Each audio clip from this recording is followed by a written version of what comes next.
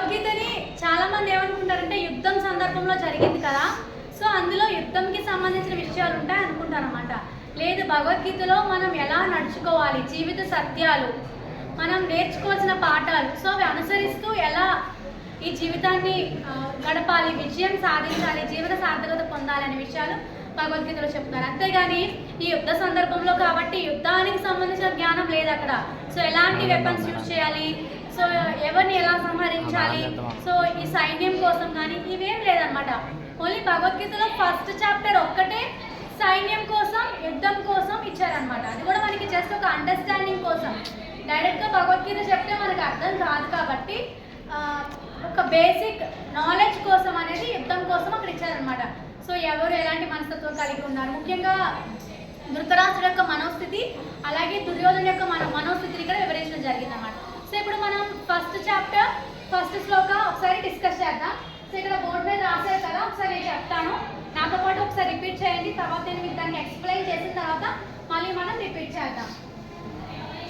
Bhagavad Gita first chapter first శ్లోకం.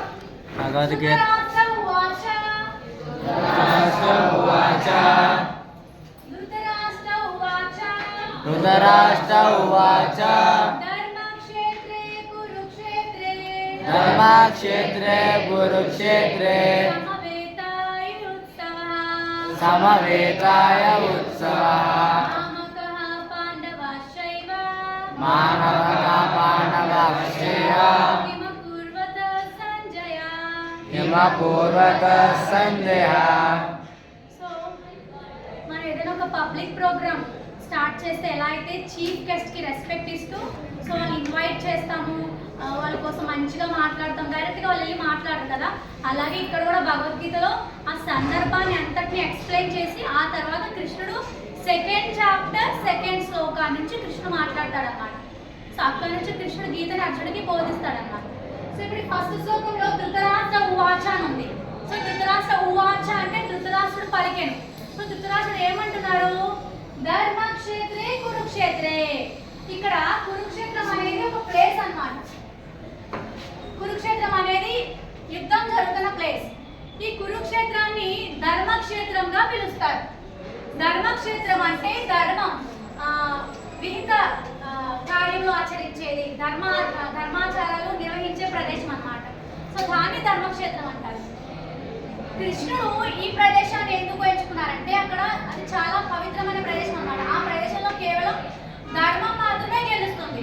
So కృష్ణుడు ఎక్కడుంటే అక్కడే ధర్మం ఉంటుంది. సో కృష్ణుడు పాండవుల వైపు ఉన్నారు కాబట్టి అదే ధర్మం, అదే మంచిది అన్నమాట. సో అందుకని పాండవులే గెలుస్తారనడానికి ఈ ప్రదేశం కూడా ఒక శుభ సూచకం అన్నమాట. సో ధృతరాష్ట్రుడు చెప్తాడు, ధర్మక్షేత్రే కురుక్షేత్రే సమవేత యుత్సవః. సో నా కుమారులు పాండురాజు కుమారులు యుద్ధం చేయడానికి సిద్ధమై సమకూడిన తర్వాత, సమవేత అంటే సమకూడిన తర్వాత, యుత్సవ అంటే సిద్ధమైన తర్వాత, మామకః అంటే నా పుత్రులు, పాండవాశ్చైవ పాండురాజు పుత్రులు. సో ఇక్కడ ధృతరాష్ట్రుని యొక్క మనోస్థితి మనం అబ్జర్వ్ చేయాలన్నమాట.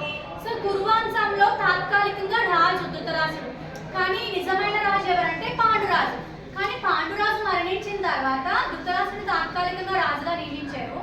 సో ఇప్పుడు ధృతరాష్ట్రుడు తన యొక్క సోదరుని యొక్క పిల్లల్ని సొంత పిల్లల్లాగా చూసుకోవాలన్నమాట. తన బాధ్యత అంతా, పిల్లల బాధ్యత అంతా ధృతరాష్ట్రుడి మీద ఉంది. కానీ ధృతరాష్ట్రుడు ఏం చేశాడు, తను అంధుడు కదా, గుడ్డివాడు కదా, తను భౌతికంగానే కాదు ఆధ్యాత్మికంగా కూడా గుడ్డివాడు. ఎందుకంటే పక్షపాతం చూపిస్తున్నాడు, స్వార్థపూరితమైన మనస్సు కలిగి ఉన్నారు. సో ధృతరాష్ట్రుడి యొక్క లక్షణాలు ఏంటంటే పక్షపాతం చూపిస్తున్నారు, అలాగే స్వార్థపూరితమైన మనస్సు ఉంది. స్వార్థపూరితమైన మనస్సు ఏంటంటే తన పుత్రులే గెలవాలి అనే స్వార్థం అన్నమాట. సో తన పుత్రులే రాజ్యాన్ని అనుభవించాలి, తన పుత్రులే రాజ్యాన్ని పరిపాలించాలనే స్వార్థపూరితమైన భావన. పక్షపాతం ఏంటంటే తను తన యొక్క సోదరుడు, తన యొక్క తమ్ముడి యొక్క పిల్లల్ని, తన పిల్లల్ని సెపరేట్ చేశాడు, పక్షపాతం చూపిస్తున్నాడు అన్నమాట. సో ఈ శ్లోకం నుంచి మనం నేర్చుకోవాల్సింది ఏంటంటే ఎప్పుడు కూడా ఒక వ్యక్తికి స్వార్థం, పక్షపాతం ఉండకూడదు. సో మనం ఎప్పుడు అందరికీ సమదృష్టితో చూడాలన్నమాట.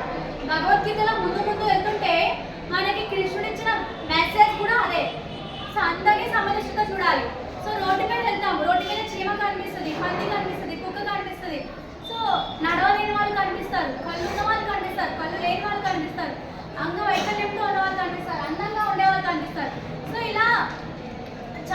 పంపిస్తారనమాట.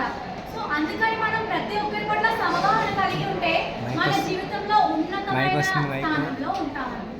సో ఇది ఈ శ్లోకం నుండి మనం నేర్చుకోవాల్సింది. సార్ బాబు సార్ అట్లాగండి